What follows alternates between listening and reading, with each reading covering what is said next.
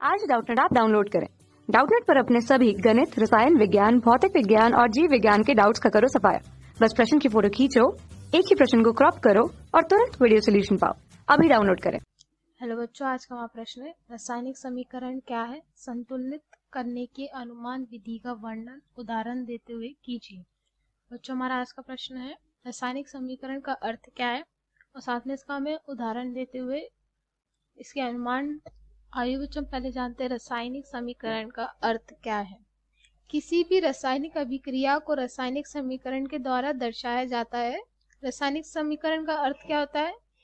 रासायनिक समीकरण में तत्वों के प्रतीकों का उपयोग किया जाता है। इसमें दो चीजें होती हैं, अभिकारक और उत्पादों।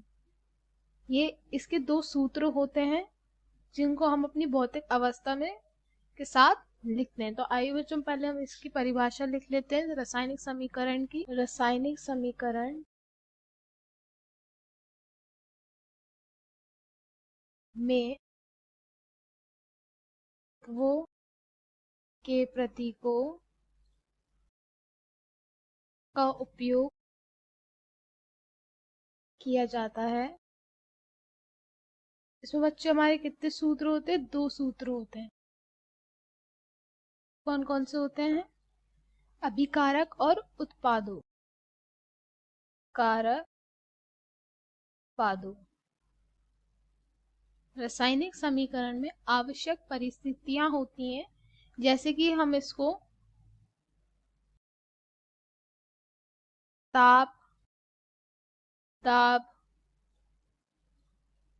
उत्प्रेरक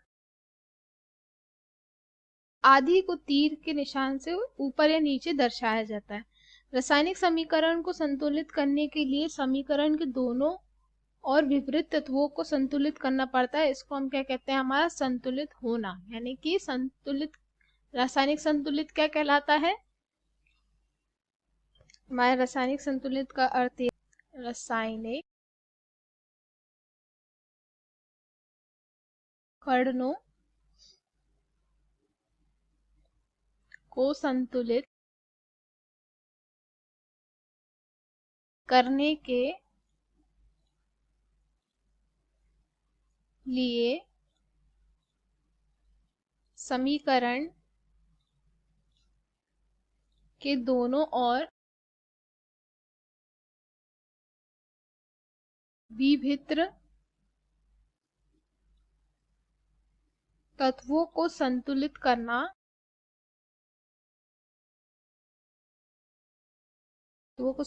करना संतुलन होना कहलाता है। संतुलन होना कहलाता है। ठीक है बच्चों, अब हम बच्चों इसमें एक उदाहरण लेते हैं। इसमें हमारा उदाहरण हम लेते हैं हमारा सोडियम प्लस हमारा जल H2O। इस समय क्या मिलेगा? NaOH sodium hydroxide plus H2 हमारी हाइड्रोजन गैस। अब इसके तीन पदे हैं, हम तीनों पदों को समझ लेते हैं कि मतलब क्या है उनका। हमारा पद एक है, असंतुलित समीकरण में उपस्थित विपरीत तत्वों के परमाणुओं की संख्या ज्ञात करना। हमारे जो असंतुलित समीकरण है उनके परमाणुओं की संख्या को हम ज्ञात कैसे करेंगे, अब हम ये समझेंगे हमारे पदों को लिखते हुए। तो हमारा बच्चों पद एक है, असंतुलित समीकरण।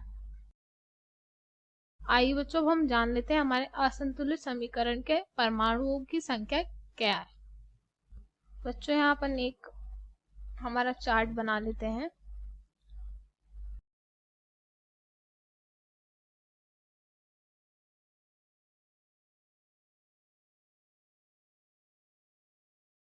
ये होंगे बच्चों हमारे,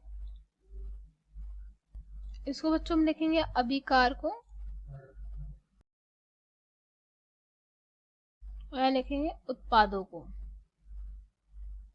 यहाँ हम लेते हैं बच्चों हमारा सोडियम, हाइड्रोजन और ऑक्सीजन। सोडियम के अभिकार कितने हैं? 1, और उत्पाद भी कितने हैं? 1। हाइड्रोजन के कितने बच्चों 2 और उत्पाद कितने 3। ऑक्सीजन के अभिकार कितने 1 और उत्पाद कितने बच्चों 1। तो बच्चों अपन यहाँ से देख समझ सकते हैं कि हमारा जो समीकरण जो दिया गया है इसके अब हमने पदों को परमाणुओं को की संख्या को अगर ज्ञात किया है तो हमारी जो सोडियम और ऑक्सीजन है वह बराबर है पर हाइड्रोजन नहीं है, तो हमारा समीकरण को असंतुलित है। अब उसको हम संतुलित बनाएंगे। तो आइए अब हम पद 2 की तरफ बढ़ते हैं। हमारा पद 2 हमसे क्या कहता है हम समझते हैं। समीकरण को संतुलित करने के लिए तत्व लीजिए। यहाँ उपरोक्त समीकरण में हमारा सोडियम तथा ऑक्सीजन जो है वह संतुलित है पर हमारा हाइड्रोजन जो है वह संतुलित नहीं है। तो हमें इसके लिए क्या करना पड़ेगा, समीकरण को संतुलित करने के लिए तत्व लीजिए। यहाँ हमारा सोडियम ऑक्सीजन है, हाइड्रोजन नहीं है, तो अब हम हाइड्रोजन को भी संतुलित बनाते हैं हमारे पद 3 से। आइए बच्चों हम अपना पद 3 लेते हैं। अब हमारा पद 3 हमसे क्या कहता है, दोनों तरफ अगर हम हाइड्रोजन गैस ले लेते हैं,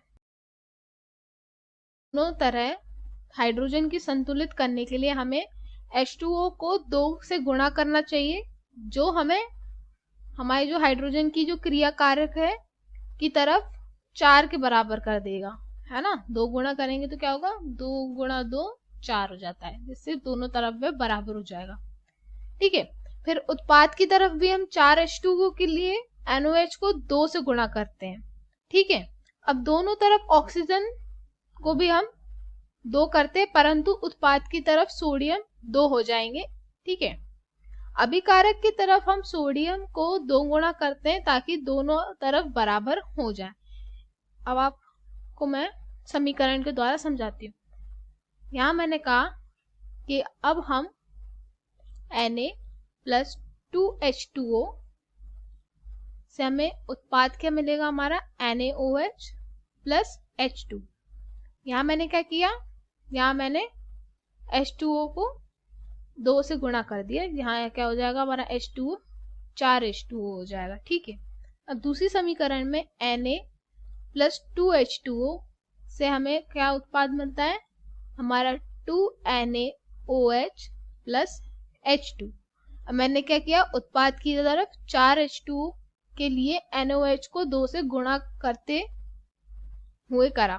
ठीक है, अब हमारा तीसरा समीकरण में हम क्या करेंगे, हमारा 2Na प्लस 2H2O ये हमारा अभिकारक हुआ, इससे हमें क्या मिलेगा उत्पाद 2NaOH प्लस H2। ठीक है बच्चों, इसके लिए मैंने समझाया। अब दोनों तरफ मैंने ऑक्सीजन को 2 हो गई हैं, तो परंतु उत्पाद की तरफ सोडियम 2 हो जाएंगे। ठीक है, अभिकारक की तरफ Na को यानी हमारे सोडियम को 2 गुना करते ताकि दोनों तरफ वह बराबर हो जाए। अब क्या होगा, हमारा हाइड्रोजन जो है वह भी अब बराबर हो जाएगा। ठीक है बच्चों, ये था हमारा उदाहरण। तो हमने बच्चों समझा कि रासायनिक समीकरण क्या होता है, उसको संतुलित करने की अनुमान विधि क्या होती है, हमने उदाहरण के सहित समझा। धन्यवाद। कक्षा 6 से 12वीं से लेकर नीट, IIT, JEE वो एडवांस के लेवल तक 1 करोड़ से ज्यादा छात्रों का भरोसा। आज ही डाउनलोड करें डाउटनेट ऐप या व्हाट्सएप करें अपने सारे डाउट्स 8400 400 400 पर।